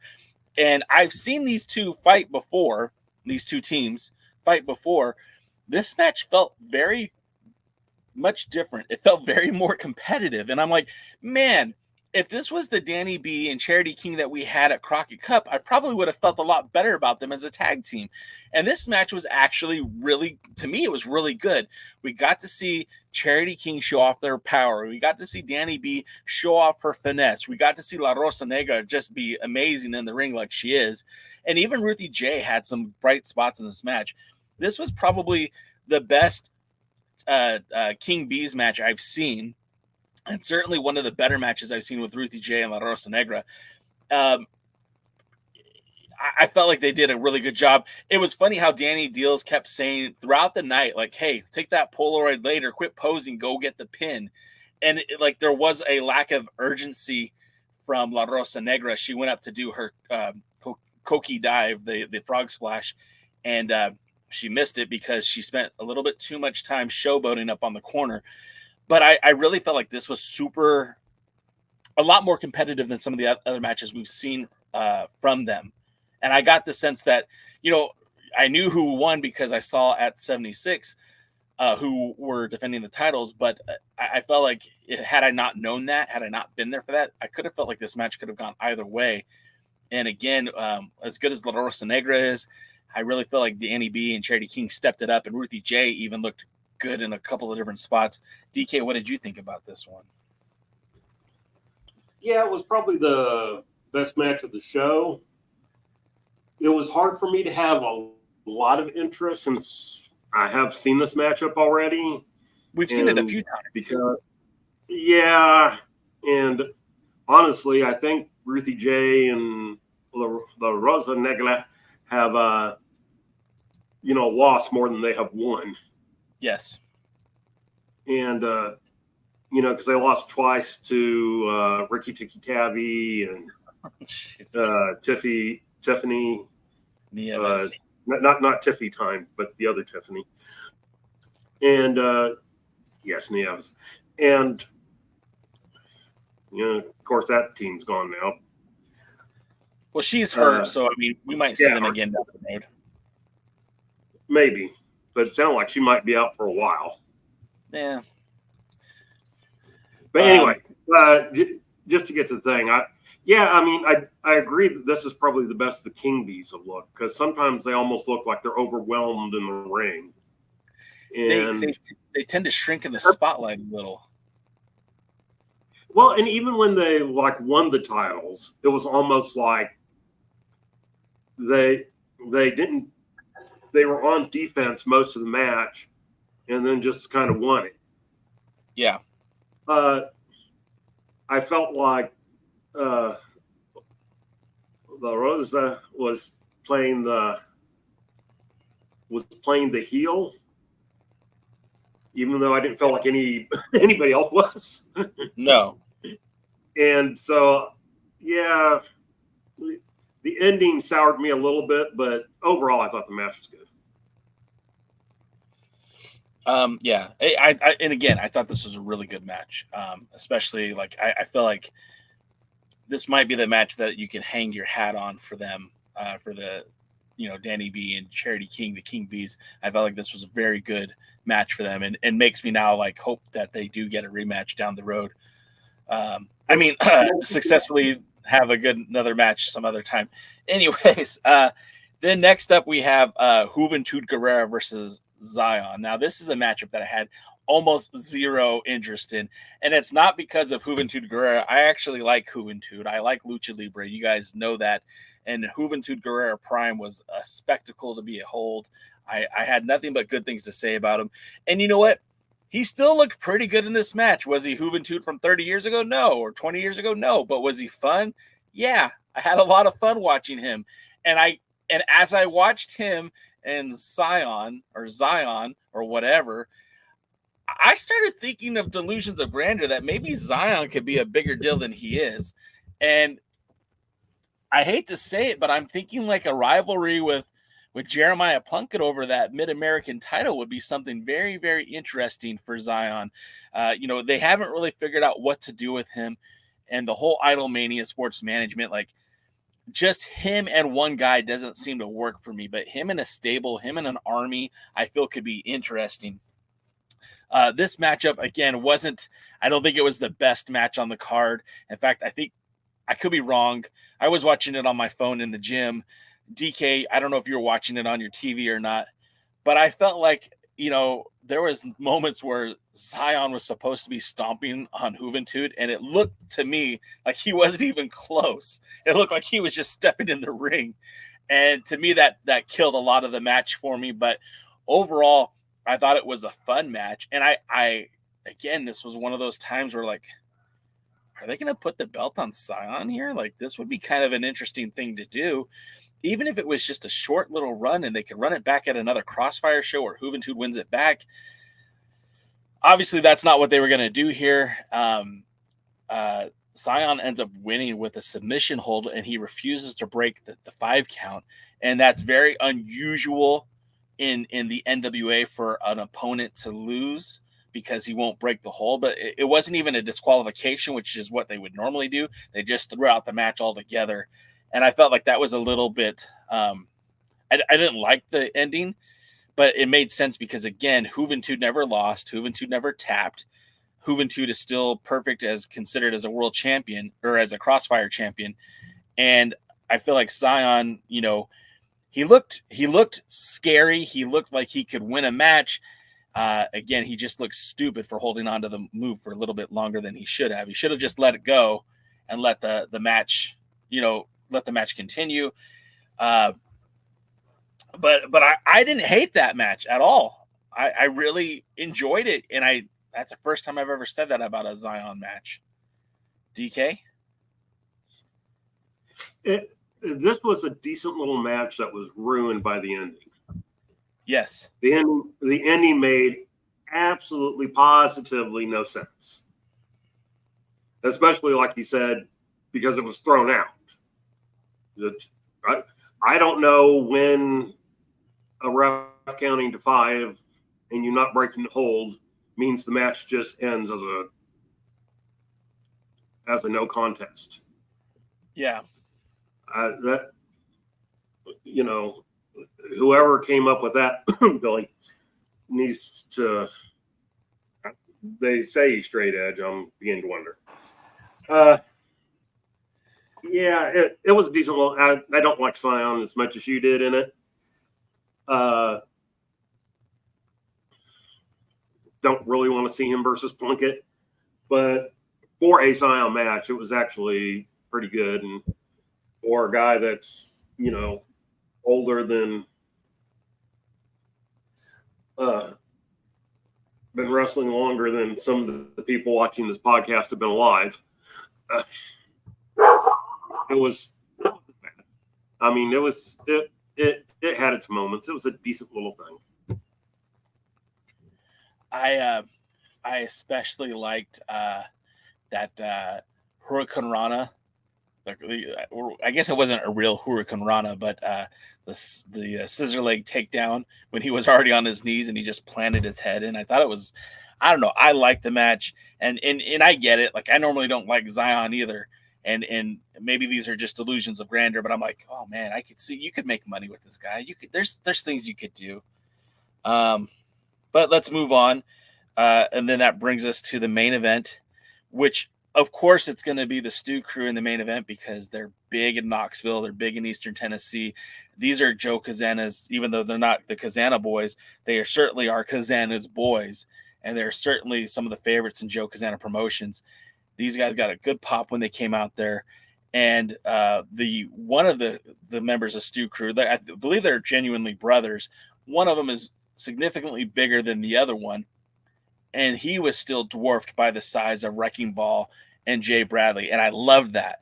I love that because you forget how big the Fixers are until you see other guys who aren't as big next to them. Like it's one thing to see, you know, the slime balls look like midgets compared to, I said a bad word, the little people compared to the Fixers. But man, that guy from the Stu Crew is a big dude. And he was dwarfed by Wrecking Ball Legursky. And Legursky in this match wasn't the same Wrecking Ball I've seen on TV for the last few months. It wasn't the same Wrecking Ball that I saw at the 76th anniversary show. Wrecking Ball Legursky was aggressive, was being very he was moving through the ring very crisply. In fact, this is the Wrecking Ball Legursky that you might have seen at a Dangerous Adrenaline Wrestling Gladiators event. This was the Wrecking Ball Legursky that I've heard so many good things about on the internet. This was the Wrecking Ball Legursky I could see as a television champion for the NWA. And this match, again, was another deal where they went all out.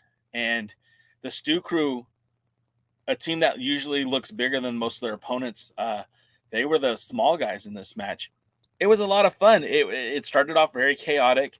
The Fixers attacked them before the match started.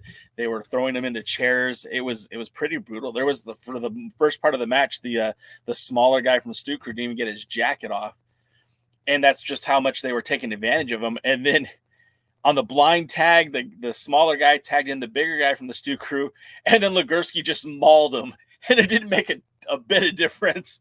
The momentum for the match did not even change a bit, and I liked it. I thought that was very fun, and the Fixers looked like real savages. They looked like real ass kickers in this match, and I haven't seen that from either one of those guys in a while. So seeing that on this match made me like them even more. But I still feel like the same problems are persistent when it comes to them. They're stale. They're just kind of stuck in the same thing. I need to see these guys evolve, and that's probably means they need to break up. But I felt like this was a really good match, and the Stu Crew get the win. They successfully defend the titles, and then get their asses handed to them after the match by the Fixers again.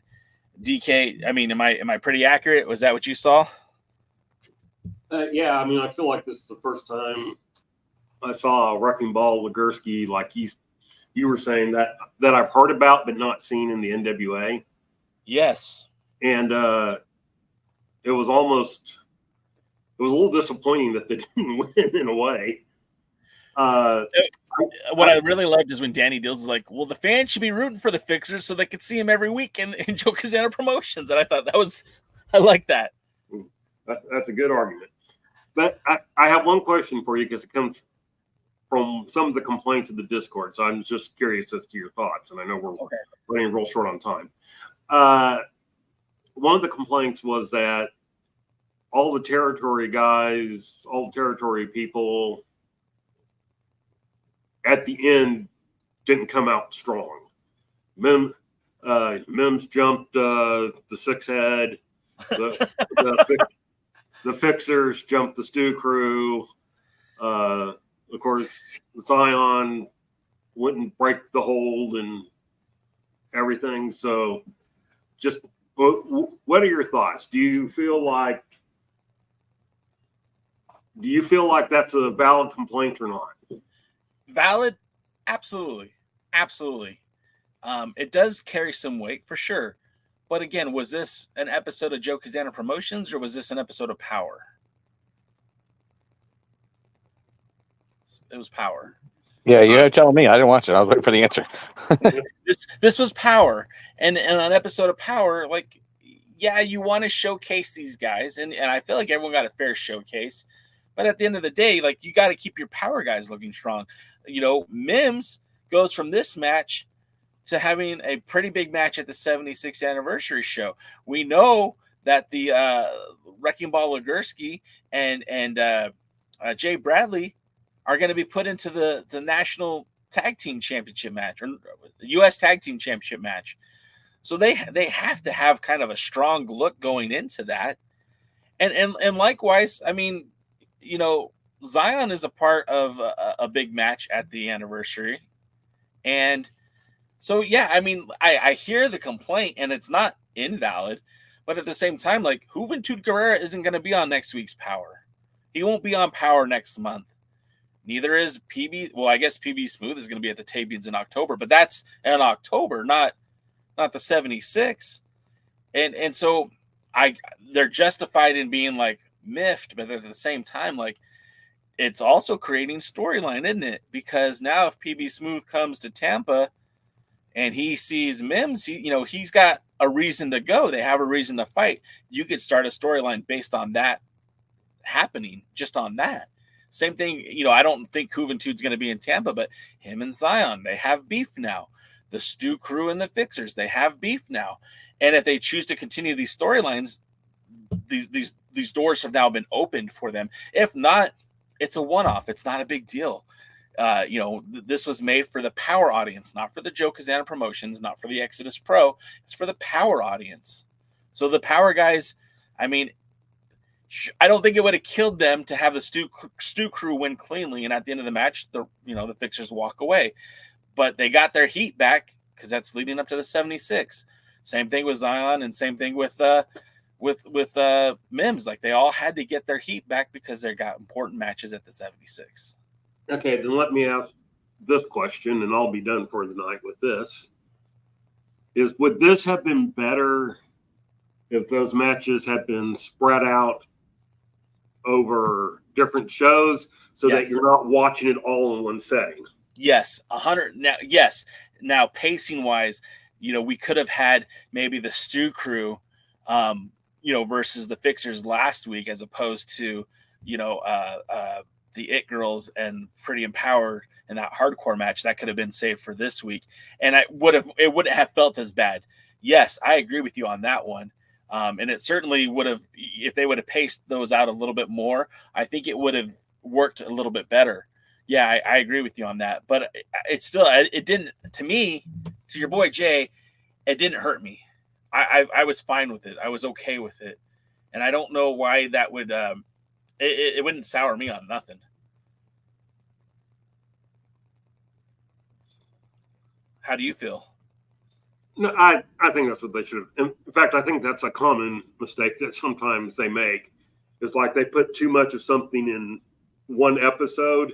And it's like, well, if they would, kind of like when they first did one of their premium live things where they premiered on CW, it was like, the world champions cheating to,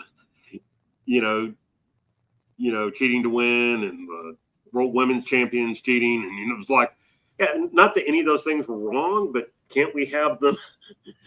Yeah. Well, and I don't know if I'm the only one that noticed this, but in the introduction with PB Smooth and Mims, they started talking. They were talking about PB Smooth being the Exodus Pro champion. They were talking about Mims under the tutelage of Black G's. And then Danny said, or do we know that yet?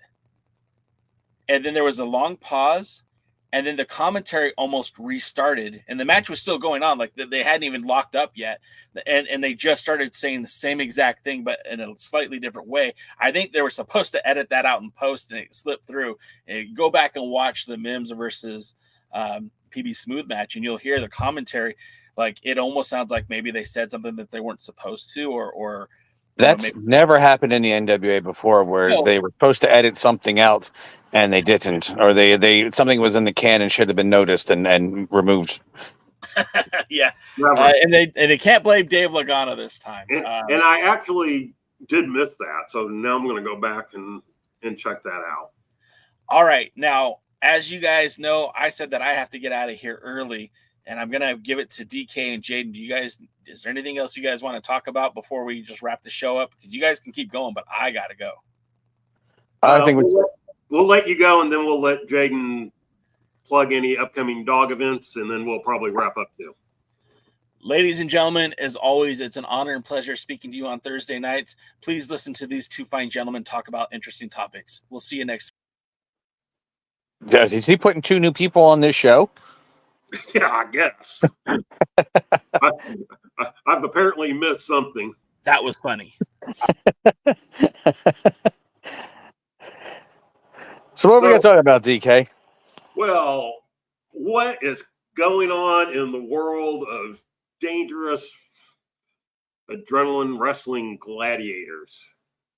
Well, I don't know if you know this or not, but in just 2 weeks, on Saturday night, September 28th, at the Sacred Heart Church, located at 103 4th Street in beautiful, historic Riverton, New Jersey, Dangerous Adrenaline Wrestling Gladiators makes its return. You will see the main event, the Dangerous Adrenaline Wrestling Gladiators Heavyweight Championship. Breaker Morant defending against former champion Busky Eric Martin. This continues the Breaker Morant retirement tour. Will Busky Eric Martin become a 2-time dog champion? Will Breaker Morant retain and will be able to hold his title all the way up until the end of his retirement? You have to make sure you come to the Sacred Heart Church and see. I just almost said the Max Fit Sports Center.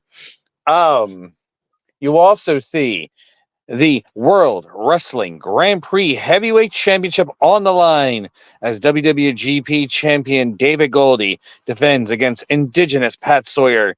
And it will be a match that will have people talking for years to come. The Dangerous Adrenaline Wrestling Gladiators Tag Team Championship will be on the line as Dave Dahl and Dylan Mesh will defend against an open challenge tag team.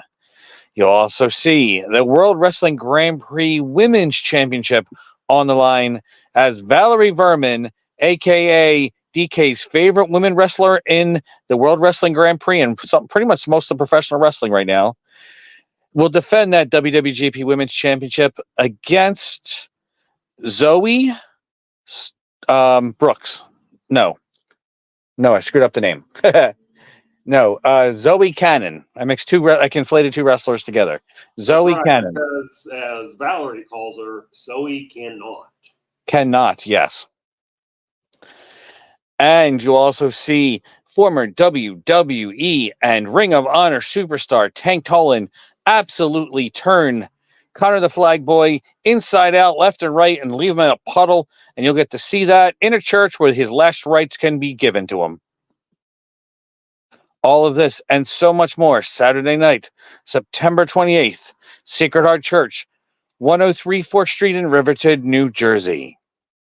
Get your tickets soon at the door or at any other time that we'll tell you, or call the phone number on the poster, 856-417-4187 to pre-order your tickets. Boy, you sounded about as ready as me. As about as what as you? Ready. Ready to talk about anything, I guess, really. I am very exhausted, and I started falling asleep when you guys were going on because I wasn't part of the subject, so I wasn't really paying attention. So I was kind of distracted elsewhere.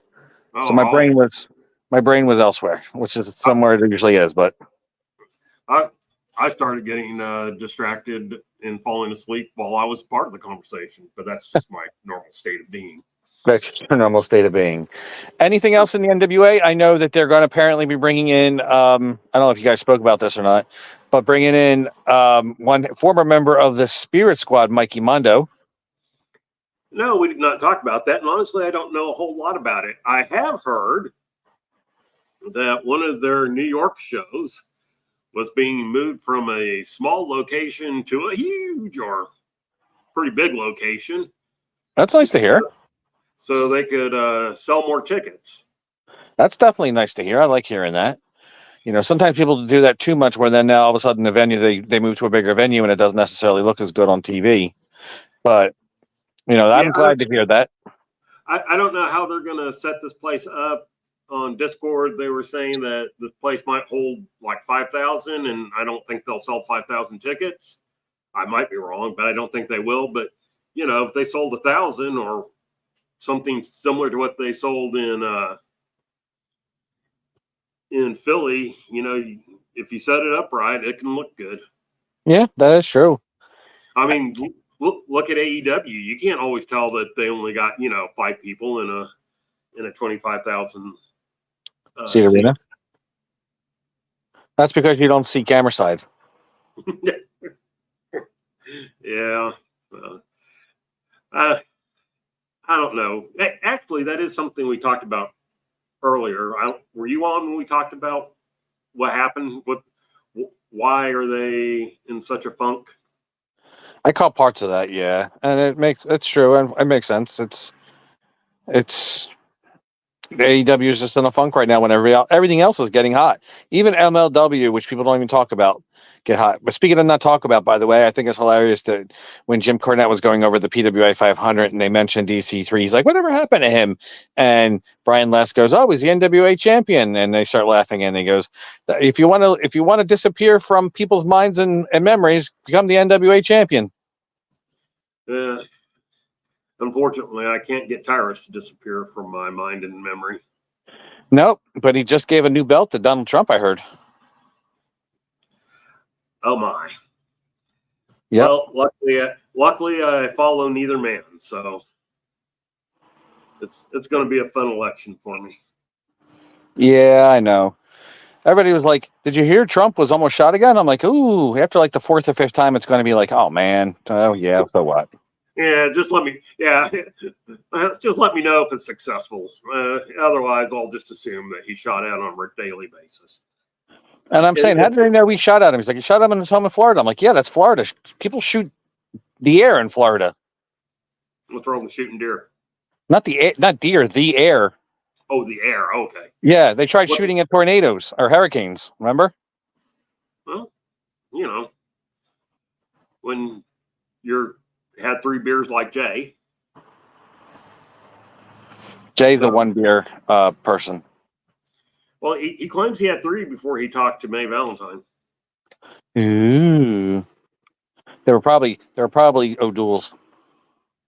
Oh. He said what they were, but I wasn't paying enough attention. Nah. When you grab a water that you thought was cold and it was actually warm. Yes, I just like that. I know they say drinking warm water is better, but I just don't enjoy drinking warm water. Yeah, but they also say, smoking's bad for you and being overweight's bad for you and all that stuff, Of course, I don't smoke. Me neither. I'm just super hot. Especially right now because there's no air coming through my windows and I can't wait to put the fan back on. I was going to say, set your pants on fire or something? What's going on? Yes. No, my computer can turn my room into a sauna. But if I go back to Mikey Mondo, he's super talented. And I told you this before, in most other groups in that time at the WWE, he would have been the biggest, most talented wrestler. And he was maybe 3rd on the entire Spirit Squad, which says a lot about how talented he is, because even 4th and 5th and Elijah Burke, who was the member that didn't actually end up joining, were still incredibly talented. So that says a lot about Mikey Mondo's ability. Isn't Spirit Squad responsible for ruining more careers than any other gimmick ever? I don't know. I thought the Nexus did a lot for that too, but yeah, no, Mike Mondo's so talented. You do remember him. You think you don't, but remember there was times where I was sending you things that he was sending, critiquing professional wrestling and critiquing TV and stuff like that, like AEW and WWE. And there was a lot of stuff that we were all agreeing on. And it was just simply like Jim Cornette used to repost a lot of his stuff. And we all agree because it's the most simple logic on how to build a wrestling company that nobody was doing at the time. Show wrestling? Yeah, well, that's a good start of it. But yeah, that's not only the part of it too. It was a lot of the secret sauce, in my opinion, that I wish more people paid attention to, because maybe wrestling would be better nowadays. Even when it's good now, it could be better by listening to some of the stuff that was talked about then. So you might remember Mike Mondo. He also did Ring of Honor for a little bit too. Yeah, well, I do kind of remember him from Ring of Honor. And didn't he also make an appearance in MLW? Oh, most likely. I think the Spirit Squad used to be MLW Tag Team Champions. So him and Kenny Dykstra or Kenny or whatever. Yeah. So it's I mean, I do remember. I mean, I remember him as a person. You know, I know the name and stuff like that. But like, I was never followed the Spirit Squad. That they made like their first appearance, and then that was like one of the last wrestling shows I ever watched. They killed the wrestling for a while. Well, it wasn't them, but WWE did. This was like, you know, during the first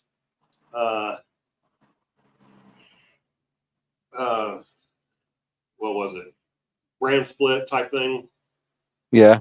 I think it was around the same time. And so just all that had me like, I so don't care. You know, it's funny. I always hear that WrestleMania 17 was one of the best WrestleManias ever. I think it was 17. 17 was either one of the best or the worst. But I always hear about this one being one of the best WrestleManias ever. And I just remember that was the year that I didn't even know WrestleMania had happened until like 2 or 3 weeks later. Wow. And I saw something on the internet, you know, a couple of weeks ago, WrestleMania. I'm like, I didn't know what any of the matches were. I didn't know who any of the champions, you know, were at the time. I couldn't tell you anything. Couldn't tell you anything about it. And I remember later, one time, somebody saying something about Sheamus, and I'm like, "Who's Sheamus?" They go, he's a former champion. They go, he won the title like faster than anybody else who's ever joined the thing. I'm like, really? I don't know who he is. So, all right. So, any more NWA news? Anything else that we need to talk about? Not that I can think of. All right. Well, I'm going to go because I have to put out posters tomorrow, and it's 7,211 degrees. And I can't wait to put the fan on because it's hot in this room. All right. Well, you put the fan on. You've done your plug. You've done your plug, and we'll tell the world out there. Bye. Thanks for joining the stream. This has been a presentation of Alliance-Wrestling.com. We genuinely appreciate your support. Would you consider subscribing so you'll never miss a future episode? I'd also like to remind you we do a live stream every Tuesday at 5 p.m. before NWA Power. You can find us on social media at The Alliance Blog.